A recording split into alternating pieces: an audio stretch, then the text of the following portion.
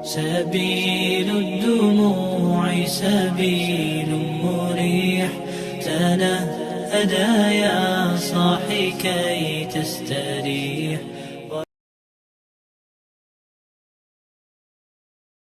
Beliau lahir di tahun lahir ini tidak disebutkan tahunnya, tapi tahun wafatnya itu disebutkan tahun 36 Hijriah.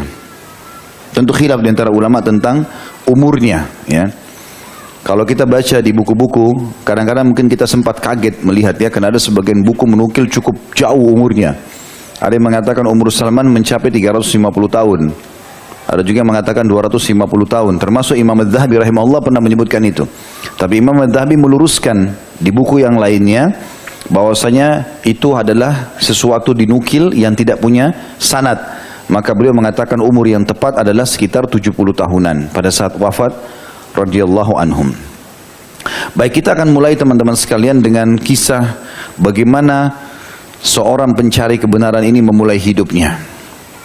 Setelah pembebasan Madain, ibu kota Persia di zaman Umar bin Khattab, dan kebetulan Salman Al-Farisi salah satu dari prajurit atau kesatria utamanya Umar bin Khattab radhiyallahu anhu ajma'in. Maka dia pun memiliki sebuah tempat di sana. Kemudian di depan rumahnya dia bercerita, dikelilingi oleh banyak sahabat dan juga tabi'in ridwanullahi alaihim, dan mulailah dia menceritakan kisahnya yang luar biasa. Dan ada alasan kenapa dia menceritakan kisah-kisahnya. Kadang-kadang dia ditanya oleh para sahabat, kadang-kadang juga memang dia menceritakan secara langsung, dan dia menjelaskan. Di antara kisah atau riwayat yang akan kita sebutkan nanti adalah riwayat yang diceritakan Salman Al-Farisi kepada sahabat Nabi yang lain, Abdullah bin Abbas radhiyallahu anhu majma'in. Dan itu Ibnu Abbas tidak menanyakan, tapi Salman menceritakan. Dan beliau mengatakan kepada Ibnu Abbas, ketahuilah aku pernah menceritakan kisah ini kepada Nabi SAW, dan beliau menyuruh aku menceritakan kepada orang-orang. Dan beliau suka cerita ini diceritakan, karena memang cerita ini cukup unik. Tidak ada sahabat yang melalui masa hidup seperti Salman Al-Farisi radhiyallahu anhu majma'in yang dalam mencari kebenaran, khusus masalah mencari kebenaran. Saya akan bacakan riwayatnya cukup panjang, tapi memang perlu kita ketahui masalah ini. Salman berkata kepada Abdullah bin Abbas radhiyallahu anhu majma'in, dan juga kepada sahabat-sahabat Nabi yang lain yang ikut ke Persia pada saat itu dengan beberapa tabi'in. Aku adalah seorang lelaki Persia dari penduduk Asfahan. Jadi ada wilayah sampai sekarang masyhur, kota Asfahan. Tepatnya penduduk salah satu kampung Asfahan yang bernama Ji. Seperti itu saja, Ji, ya. Ayahku adalah kepala kampung di situ atau kepala suku, dan aku adalah makhluk Allah yang paling dicintainya. Begitu besarnya cintanya kepadaku sampai-sampai ia mengurungku di rumah, layaknya seorang gadis perawan yang dipingit. Lalu aku bersungguh-sungguh dalam mempelajari agama Majusi, penyembah api, hingga menjadi orang yang mengurusi api sesembahan dan menyalakannya tanpa membiarkannya padam walau sesaat pun. Dan ayahku memiliki lahan yang besar. Sampai ini saya tanggapi dulu. Jadi sebagian buku juga menukil kalau ayahnya Salman memang adalah pendetanya Majusi. Dia memang penyembah api, dan dia mengkader anaknya untuk menjadi itu, supaya anaknya tidak terpengaruh dan hanya fokus di situ. Maka dikurunglah di rumah, dan kerjanya hanya ikut sama ayahnya setiap hari pergi ke tempat pembakaran api, dia bakarin, ditambahin kayu bakar supaya lebih besar, kemudian menerima tamu-tamu yang untuk menyembah api tersebut. Lalu kemudian dia katakan, suatu hari ayahku sempat sibuk di bangunan miliknya, lalu berkata kepadaku, wahai anakku, sesungguhnya aku sibuk dengan pembangunan gedung ini atau gedung hari ini, mau bangun bangunan, hingga tidak sempat mengurusi lahan milikku. Ada lahan luas, ada kebun-kebunnya, ada hewan-hewan ternaknya. Pergilah ke sana, tengoklah. Pertama kali ayahnya Salman suruh Salman keluar. Biasanya cuma ke tempat lain, biasanya cuma dari rumah ke tempat sembahan api. Itu saja kerjanya. Dikawasi sama ayahnya ketat sekali, dari pagi keluar ditemani terus sampai pulang lagi ke rumah ditemani terus. Baru kali itu pertama kali dia dibolehkan oleh ayahnya untuk menengok lahan, ya. Lalu ia menyuruhku mengurusi sebagian apa yang diinginkannya di sana. Kemudian aku pergi menuju lahan miliknya itu. Lalu aku sempat melintasi sebelum tiba di lahan itu salah satu gereja milik orang-orang Nasrani. Di dalamnya aku mendengarkan suara mereka yang sedang melakukan ritual ibadah. Aku tidak tahu apa yang dilakukan oleh orang-orang itu, ya, atau di luar rumahku. karena ayahku biasa mengurungku dalam rumah. Tak kala aku melintas dan mendengar suara mereka, maksudnya orang-orang Nasrani tadi, aku menemui mereka untuk melihat dari dekat apa yang sedang mereka lakukan. Tak kala melihatnya, bergabung masuk ke dalam gereja, ritual mereka itu membuatku kagum. Lalu aku tertarik dengan urusan mereka itu dan berkata pada diriku, demi Allah, waktu itu sebenarnya ini dia diceritakan setelah Islam. Zaman dulu dia mengatakan demi Tuhan, ya. Dia menganggap api Tuhannya. Ini lebih baik dari agama yang kami peluk. Ya. Demi Tuhan aku tidak meninggalkan mereka hingga matahari terbenam. Ya, tapi Salman Al-Farisi karena seorang Islam dia mengatakan demi Allah aku tidak tinggalkan gereja pada saat itu sampai matahari terbenam. Dari pagi mereka ritual sampai malam. Aku tidak mendatangi lahan milik ayahku, namun sebaliknya aku masuk ke dalam gereja dan bertanya, dari mana asal agama ini? Mereka menjawab, dari negeri Syam. Nah, negeri Syam 4 negara, sekarang Jordania, Palestina, Lebanon dan Syria. Dulu Syam. Kemudian aku kembali menemui ayahku, sementara ia telah mengirim orang untuk mencari aku. Aku telah membuatnya sibuk hingga ia meninggalkan seluruh pekerjaannya. Maksudnya gara-gara Salman hilang jejak, maka ayahnya sibuk dan mencarinya. Tak kala datang menemuinya, ia berkata, duhai anakku, dari mana saja engkau? Bukankah aku telah memerintahkan kepadamu melakukan apa yang telah aku perintahkan itu? Kan aku suruh kamu ke lahan, urusin dan itu. Kenapa kamu buat yang lainnya? Lalu aku berkata, wahai ayahanda, aku melintasi orang-orang yang melakukan ritual ibadah di gereja. Aku tertarik melihat apa yang mereka lakukan dalam agama mereka. Demi Tuhan, aku masih di tengah-tengah mereka hingga matahari terbenam. Ya. Ia berkata, duhai Ananda, tidak ada kebaikan pada agama itu. Agamamu dan agama nenek moyangmu itu lebih baik darinya. Aku berkata, sekali-kali tidak. Demi Tuhan, ia adalah lebih baik dari agama kita. Ya. Jadi pada saat itu perlu juga diketahui orang-orang penyembah Majusi ini kerjanya datang ke dekat api, kemudian mereka melemparkan sesuatu ke dalam api sebagai korban, apa saja, hewan hidup lah, uang lah, emas, pokoknya mereka begitu ritualnya. Lalu kadang-kadang mereka mengelilingi api tersebut, lalu kemudian mereka memberikan sesuatu pada pendeta, lalu mereka pulang. Seperti itulah. Dan tidak ada sesuatu yang mereka rasa ini apa, tidak ada bekas keimanannya. Ya, tidak jelas Tuhan ini siapa, apalagi api tersebut setiap hari harus ditambah kayu bakar supaya membesar. Kalau tidak maka dia akan padam dengan sendirinya. Dan itu yang dianggap Tuhan. Makanya Salman radhiyallahu anhu mengatakan agama mereka lebih baik daripada agama kita. Gitu. Kata Salman, lanjutannya adalah, lalu ayah mengkhawatirkanku akan lari pergi ke gereja itu lagi. Maka ia mengikat kakiku, kemudian mengurungku di rumahnya. Aku mengutus seseorang untuk menemui orang-orang Nasrani itu. Lalu aku berpesan kepada mereka, bila ada rombongan pedagang Nasrani datang dari negeri Syam, beritahukanlah kepadaku tentang mereka. Lalu datanglah rombongan pedagang Nasrani dari negeri Syam kepada mereka. Maksudnya datang ke Persia tadi, Asfahan. Kemudian mereka mengabarkan kepadaku tentang rombongan itu. Lalu aku berpesan lagi, bila orang-orang itu sudah menuntaskan urusan mereka dan ingin pulang ke negeri mereka, tolong kabarkan kepadaku. Maka tak kala orang-orang pedagang tadi akan pulang, mereka memberitahukan kepadaku tentang hal itu. Maka aku pun melepaskan rantai besi dari kakiku, kemudian aku pergi bersama mereka hingga aku tiba di negeri Syam.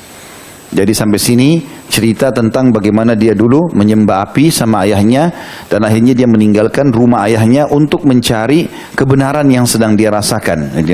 Dia ingin mencari apa nih, mana yang lebih baik, seperti itulah. Maka akhirnya dia pun ikut dengan kafilah dagang, dan zaman dulu orang selalu cuma ikuti kafilah dagang saja.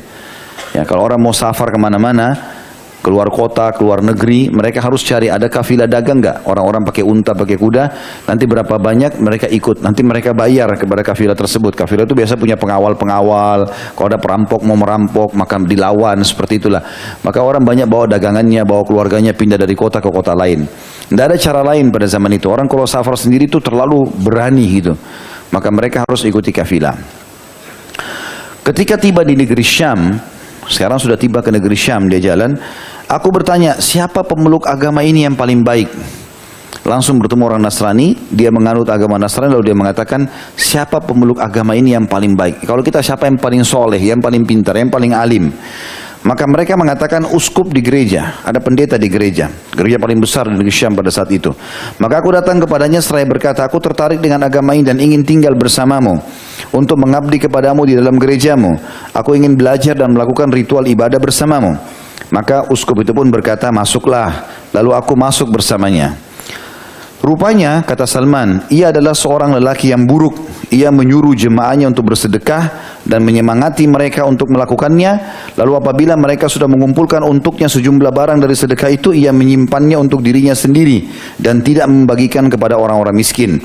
Hingga ia berhasil mengumpulkan 7 kilal atau 7 peti besar, ya, tempayan emas dan perak. Lalu aku benar-benar membencinya, kata Salman, setelah melihat apa yang dilakukannya. Kemudian ia pun mati, si uskup tadi mati. Ketika orang-orang Nasrani berkumpul untuk menguburkannya, aku berkata kepada mereka, sesungguhnya orang ini adalah orang yang buruk. Ia menyuruh kalian bersedekah dan menyemangati kalian, lalu bila kalian sudah telah mengumpulkan, lalu kemudian pada saat kalian telah mengumpulkan harta kalian, ia menyimpannya untuk dirinya sendiri dan tidak memberikan sedikit pun kepada orang-orang miskin. Maka para jemaahnya di situ mengatakan, dari mana kamu tahu tentang itu? Kata Salman, aku akan menunjukkan kepada kalian di mana harta itu disimpan. Lalu mereka berkata, tolong tunjukkan kepada kami. Lalu aku menunjukkan kepada mereka lokasinya. Kemudian mereka keluar dari tempat tersebut, mereka mengeluarkan dari tempat sembunyian tersebut sebanyak 7 kilal atau 7 peti emas dan perak. Tak kala melihat hal tersebut, mereka mengenal uang-uang mereka dan harta mereka. Mereka berkata, demi Allah sekali-kali kami tidak akan menguburkannya. Lalu mereka menyalipnya dan melemparinya dengan batu. Di sini juga sebuah pelajaran penting, ya. Bagaimana memang Salman radhiyallahu anhu fitrahnya sebelum masuk Islam sudah bersih. Sekarang dia sebagai pengawal uskup, gitu kan? Dia seperti pengawal pendeta. Dia bisa saja cuma dia yang tahu tempat penyimpanan harta itu. Dia bisa mengambil, pendeta itu mati tanpa sempat menikmatinya. Dia bisa membawa lari dan seterusnya. Orang tidak ada yang tahu. Tapi kejujuran membawanya pada hal tersebut. Dia pun mengatakan, ada di sini, ambillah, ini punya kalian. Dia tidak minta sedikit pun. Setelah itu, orang-orang mendatangkan pendeta lain dan mengangkatnya untuk menggantikan uskup tersebut. Aku belum pernah melihat seorang lelaki yang melakukan ritual sepanjang hari. Di sini terjemahan sebenarnya dikatakan ibadah 5 waktu. Nah, ibadah 5 waktu, soal 5 waktu itu dalam Islam. Orang-orang Nasrani mereka dikatakan ibadah sepanjang waktu, ya. Yang menurutku lebih baik darinya, dari orang yang pertama yang jahat tadi, atau lebih zuhud darinya terhadap kehidupan dunia, atau lebih mencintai dan lebih mementingkan kehidupan akhirat darinya, dari uskup yang pertama, baik di siang maupun di malam hari. Karena itu aku amat mencintainya dengan kecintaan yang belum pernah aku berikan kepada orang lain sebelumnya. Lalu aku tinggal bersamanya untuk waktu yang cukup lama. Kemudian tibalah saat kematian menjemputnya. Jadi pendeta yang kedua sekarang juga mati. Lalu aku berkata kepadanya sebelum ia meninggal, wahai fulan, sesungguhnya aku telah bersamamu dan aku mencintaimu dengan kecintaan yang belum pernah aku curahkan kepada orang lain sebelummu. Seperti yang kau lihat saat ini telah datang kepadamu ketentuan Allah. Kau sudah sakit keras dan akan mati. Maka kepada siapa engkau wasiatkan agar aku mengikutinya? Lalu apa yang engkau perintahkan kepadaku? Maka pendeta itu mengatakan, wahai anakku, demi Allah aku sekarang tidak tahu siapa yang masih menjalankan agama sepertiku. Orang-orang telah mati lalu merubah dan meninggalkan kebanyakan ajaran yang dulu mereka amalkan, kecuali seorang laki-laki di Mosul. Dan Mosul nama sebuah kota di Irak, ya. Dan dia jauh ini. Jadi perlu kita ketahui, ya, kalau misalnya handphone ini digambarkan Jazirah Arab, maka di utara Jazirah bagian atas itu negeri Syam, ya, Palestina, Jordania, Lebanon, Syria. Irak itu ada di timurnya, ya. Perjalanan jauh ini. Perjalanan bisa 1 bulan pakai kuda pada zaman itu, jauh sekali. Apalagi Mosul ini salah satu kota terpencil di Irak, dari daerah timur. Dia dari utara ke daerah timur. Tapi pendeta ini bilang, saya tidak tahu lagi ada orang yang saya bisa rekomendasikan kecuali satu orang pendeta seperti saya yang mungkin dia masih soleh, masih baik. Dia menjalankan apa adanya yang tersebutkan dalam Injil di Mosul. Maka temuilah dia. Ia masih mengamalkan apa yang aku amalkan. Tak kala orang itu mati dan selesai dikuburkan, kata Salman, aku menemui orang yang tinggal di Mosul itu. Berarti ini sekarang pendeta yang ketiga. Ketika bertemu aku berkata kepadanya, wahai fulan, sesungguhnya si fulan yang ada di negeri Syam telah berpesan kepadaku saat menjelang ajalnya agar aku menemuimu, lalu memberitahukan kepadaku bahwa engkau masih menjalankan ajaran agama seperti dirinya. Orang itu berkata kepadaku, tinggallah bersamaku. Maka aku pun tinggal bersamanya. Aku mendapatinya sebagai sebaik-baik orang yang masih menjalankan ajaran agama sebagaimana temannya. Berarti pendeta kedua baik seperti pendeta ketiga sama dengan pendeta kedua. Yang satu tadi kan memang jahat mengambil orang-orang gitu ya. Selang beberapa lama ia pun mati. Pendeta yang ketiga sekarang mati. Tak kala maut akan menjemputnya, aku berkata kepadanya, wahai fulan, sesungguhnya si fulan telah berpesan kepadaku agar mengambil agama darimu. Kemudian ia memerintahkanku untuk menemuimu. Sekarang telah tiba sebagian dari ketentuan Allah sebagaimana yang engkau lihat. Karena itu kepada siapa engkau berpesan agar aku menemuinya? Dan apa perintahmu kepadaku? Ia menjawab, wahai anakku, demi Allah aku tidak mengetahui ada orang yang masih menjalankan ajaran agama sepertiku, kecuali seorang laki-laki yang berada di Nasibain, yaitu si fulan, maka temuilah dia. Nasibain juga di negeri masih Persia, ya, sekitar dekat Persia, maka dia bilang pergilah ke sana. Masih masuk wilayah Irak tapi di pesisiran. Temui dia. Ini berarti sudah pendeta yang keempat ditemuinya. Tak kala ia mati dan selesai dikuburkan dari pendeta yang ketiga, ya. Aku pun pergi menemui pendeta yang keempat yang di Nasibain itu. Lalu aku datang kepadanya dan mengabarkan kepadanya berita tentangku dan apa yang telah diperintahkan tentang temanku. Ia berkata, baiklah, tinggallah bersamaku. Aku pun tinggal bersamanya dan mendapatinya sebagai orang baik dan taat beragama. Jadi sudah 3 pendeta ditemui baik. Cuma satu tadi yang pertama yang tidak baik. Sebagaimana kedua temannya, sungguh aku tinggal bersama sebaik-baik orang. Demi Allah tak lama setelah itu ia pun dijemput oleh kematian. Tak kala ajalnya menjelang datang, aku berkata kepadanya, wahai fulan, sesungguhnya si fulan telah berpesan kepadaku agar menemui si fulan. Nah, kemudian si fulan berpesan kepadaku agar menemuimu. Lalu kepada siapa engkau berpesan agar aku menemuinya dan apa yang engkau perintahkan kepadaku? Maka pendeta itu menjawab, wahai anakku, demi Allah kami tidak mengetahui ada seseorang yang masih menjalankan agama seperti kami ini agar aku dapat memerintahkanmu untuk menemuinya selain ada seorang laki-laki di daerah Amuriyah. Nah, juga masih di wilayah sekitar situ. Sesungguhnya ia masih dalam kondisi yang sama dengan kami. Jika engkau mau, datangilah ia, sebab dia atau ia menjalankan apa yang kami jalankan. Tak kala orang itu meninggal, pendeta yang keempat meninggal, maka dan dikuburkan, aku menemui orang yang di Amuriyah, berarti pendeta yang kelima sekarang. Ketika bertemu aku kabarkan kepadanya tentang diriku, maka ia berkata, tinggallah bersamaku. Lalu aku pun tinggal bersama orang yang berada di atas petunjuk dan ketaatan beragama seperti para sahabatnya. Jadi sudah ada 5 pendeta, 4 orang baik-baik, cuma satu yang pertama tadi yang buruk. Kemudian aku bekerja hingga memiliki sejumlah sapi dan kambing. Lalu tibalah ajalnya si pendeta yang kelima tadi. Ketika ajalnya tiba, aku berkata kepadanya, wahai fulan, sungguhnya aku dulu bersama si fulan. Lalu dia berpesan kepadaku agar menemui si fulan yang berada di Mosul. Kemudian dia berpesan kepadaku agar menemui si fulan yang berada di Nasiban atau Nasibain. Setelah itu dia berpesan kepadaku untuk agar menemuimu. Maka kepada siapa lagi yang kau wasiatkan agar aku menemuinya dan apa yang kau perintahkan kepadaku? Maka pendeta itu pun berkata, wahai anakku, demi Allah aku tidak tahu ada seorang manusia pun yang masih menjalankan ajaran yang kami jalankan ini, sehingga aku memerintahkanmu untuk mendatanginya. Akan tetapi telah tiba padamu sebuah zaman. Sekarang ini saatnya di mana seorang nabi akan diutus dengan membawa ajaran Ibrahim. Ya. Ia akan muncul di tanah Arab, lalu hijrah ke tanah yang berada di antara Harratain atau 2 bukit berbatu, maksudnya Madinah, yang di antara keduanya terdapat banyak pohon-pohon kurma. Ia memiliki tanda-tanda yang tidak tersembunyi, memakan dari harta pemberian atau hadiah dan tidak memakan dari harta sedekah.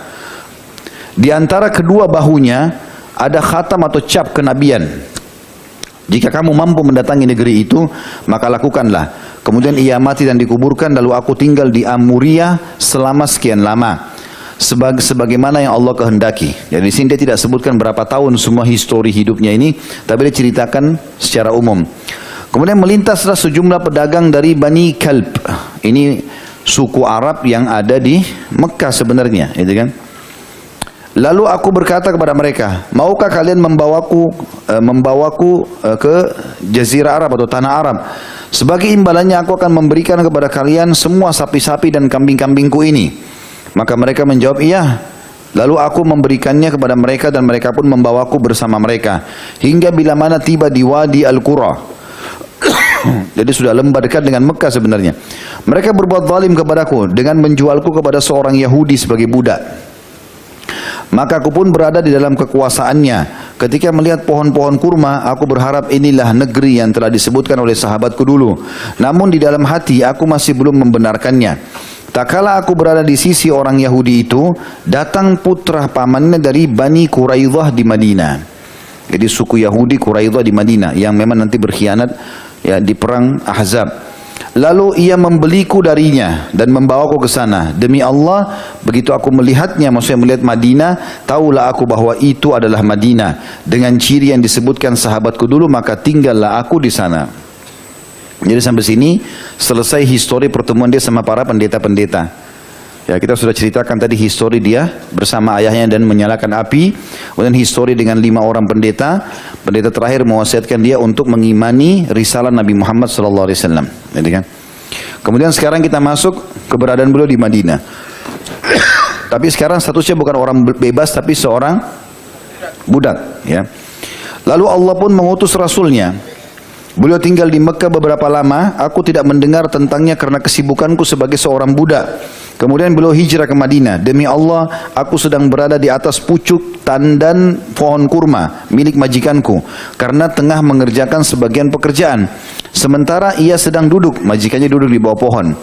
Tak kala putra pamannya datang dan berdiri di hadapannya seraya berkata, orang Yahudi lain datang, sepupunya pemilik kebun itu mengatakan, semoga Allah memerangi Bani Kailah. Bani Kailah ini maksudnya orang Ansar, Aus dan Khazraj. Demi Allah mereka telah berkumpul di Kuba. Dipimpin seorang laki-laki yang datang kepada mereka dari Mekah. Dia mengaku sebagai seorang nabi. Tak kala mendengarnya, aku gemetar, kata Salman, hingga aku mengira akan terjatuh menimpa majikanku. Lalu aku turun dari atas pohon kurma itu, kemudian bertanya kepada putra paman majikanku tersebut, apa yang engkau katakan? Apa yang engkau katakan? Maka marahlah majikanku hingga ia memukulku dengan keras, seraya berkata, apa urusanmu dengan masalah ini? Pergilah, lanjutkan pekerjaanmu. Aku berkata, tidak ada apa-apa. Aku hanya sekedar nanya dan ingin memastikan apa yang dikatakannya tadi. Maksudnya sepupumu ini. Aku memiliki sesuatu yang telah aku kumpulkan. Maksudnya dari makanan-makanan. Di sore hari aku mengambil lalu membawanya kepada Rasulullah SAW yang sedang berada di Kuba. Nabi sempat tinggal 2 hari di wilayah Kuba. Lalu aku menemui dan berkata kepada beliau, aku mendengar bahwa engkau adalah seorang yang saleh. Dan ada bersamamu sahabat-sahabatmu yang jauh dari kampung halamannya, lagi membutuhkan bantuan. Ini ada sesuatu dariku sebagai sedekah. Di sini ada maksudnya Salman. Kenapa dia katakan sedekah? Karena dia mengingat pendeta terakhir yang mewasiatkan dia ketemu dengan Nabi SAW. Dia bilang, Nabi itu tidak makan sedekah, tapi dia mengambil hadiah. Kapan orang bilang sedekah, Nabi nggak akan makan. Tapi kalau dia bilang hadiah, maka Nabi makan. Sengaja dia mengatakan ini sebagai sedekah. Aku melihatmu lebih pantas mendapatkan daripada orang lain. Lalu aku mendekatkannya kepada beliau. Kemudian beliau berkata kepada para sahabatnya, makanlah. Tetapi beliau sendiri menahan tangannya dan tidak makan. Aku lalu berkata dalam hatiku, ini adalah tanda pertama. Kemudian aku meninggalkannya. Lalu aku kembali mengumpulkan makanan lagi, sesuatu dari makanan. Setelah itu Rasulullah SAW 2 hari kemudian pindah ke kota Madinah, karena Kuba waktu itu masih dianggap di luar Madinah, masuk ke Madinah untuk membangun Masjid Nabawi. Kemudian aku membawa sesuatu untuknya seraya berkata, sungguhnya aku melihatmu tidak memakan dari harta sedekah, dan ini hadiah sebagai penghormatanku kepadamu. Ternyata Rasulullah SAW berkenan memakan atau makan darinya dan menyuruh para sahabatnya ikut makan bersamanya. Aku berkata dalam hati, ini adalah tanda yang kedua. Kemudian aku datang kepada Rasulullah SAW saat beliau berada di Baqi Al-Gharqad, atau di kuburan para sahabat atau penduduk Madinah, ya namanya Baqi. Beliau mengantarkan jenazah salah satu sahabatnya. Beliau memakai 2 buah mantel miliknya dan duduk di tengah para sahabatnya. Lalu aku memberikan salam kepadanya. Kemudian aku memutar ke belakang untuk melihat punggung beliau. Apakah aku dapat melihat khatam atau stempel atau cap seperti yang disebutkan oleh sahabatku? Maksudnya uskup tadi itu pendeta yang terakhir. Tak kala Rasulullah SAW melihatku berputar atau memutar ke belakangnya, tahulah beliau bahwa aku sedang menyelidiki dan mencari kepastian tentang sesuatu yang disebutkan kepadaku. Maka beliau menurunkan selendangnya atau mantelnya dari punggung beliau, sehingga aku melihat khatam itu. Maka tahulah aku siapa dia. Lalu aku mendekap seraya menciumnya dan menangis. Dan pada saat itulah Salman syahadat. Ya. Maka Rasulullah SAW berkata kepadaku, beranjaklah, Lalu aku pun beranjak, lalu mengisahkan kepadanya tentang kisahku, sebagaimana aku ceritakan kepadamu, wahai Ibnu Abbas. Salman melanjutkan, maka Rasulullah SAW suka bila para sahabatnya mendengarkan hal itu. Jadi kenapa tadi kita baca panjang lebar juga ini? Karena kita ingin menjalankan sunnah Nabi SAW, memang menyuruh menceritakan kisah Salman. Ya. Kemudian Salman mengatakan setelah itu, aku pun sibuk dengan kewajibanku sebagai budak hingga perang Badr dan perang Uhud bersama Rasulullah SAW terlewatkan olehnya. Dia tidak bisa ikut karena sibuk menjadi budak. Salman berkata, kemudian Rasulullah SAW menemuiku setelah Uhud, lalu berkata di tahun 3 Hijriah, Katib ya Salman, buatlah perjanjian pembebasan dari majikanmu, wahai Salman. Istilahnya mukatabah. Lalu aku membuat perjanjian pembebasan dengan majikanku, tetapi dia seorang Yahudi yang tamak. Dia meminta agar aku kalau mau bebas membayar 300 pohon kurma. Ya, ini satu pohon kurma mahal, 300 pohon kurma. Yang harus aku tanam untuknya. Jadi bukan pohon yang dikasih cuma begitu saja, harus ditanam, ditata sedemikian yang siap untuk dipanen gitu. Dan juga berikut pengairannya, harus siap dengan pengairannya, dan aku harus membayar 40 ukiyah. Ya, 40 ukiyah itu satu ukiyah 127 gram emas. Kalau 40 ukiyah kurang lebih 5 kilo emas, ya. Karena berarti sama 127 gram kali 40 kurang lebih 5080, ya. 5080 gram berarti sekitar 5 kiloan emas. Lalu Rasulullah SAW, Allah aku sampaikan kepada Nabi SAW, dan Rasulullah SAW berkata kepada para sahabatnya, bantulah saudara kalian ini. Maka mereka para sahabat rame-rame membantuku dengan pohon kurma. Ada yang menyumbang 30 bibit kurma siap tanam, ada 20, ada 15, dan ada yang menyumbang 10. Masing-masing orang sesuai dengan kemampuannya, hingga terkumpullah untukku 300 bibit pohon kurma. Maka Rasulullah SAW berkata, idhab ya Salman, fafakkir laha, fa idza faradta fa'tini akunu ana adauha biyadayya. Pergilah menggali lubang untuk pohon-pohon itu, hai Salman. Ajak beberapa orang sahabat ini, bila telah selesai kalian gali, ya, nanti aku, kata Nabi SAW, yang datang menancapkan sendiri dengan tanganku pohon-pohon kurma itu. Karena tadi kan syaratnya Yahudi 300 pohon harus yang layak untuk dipanen nantinya. Begitu ditancap harus subur. Ya, jadi Salman akan bebas kalau pohon itu menjadi subur dan siap nanti untuk berbuah. Lalu aku menggali lubang untuk pohon-pohon itu, sedang para sahabat membantuku. Hingga bila aku telah selesai mengerjakannya, aku datang kepada beliau lalu mengabarkan kepadanya, kepada Nabi SAW. Maka Rasulullah SAW keluar bersamaku ke tempat pohon-pohon itu.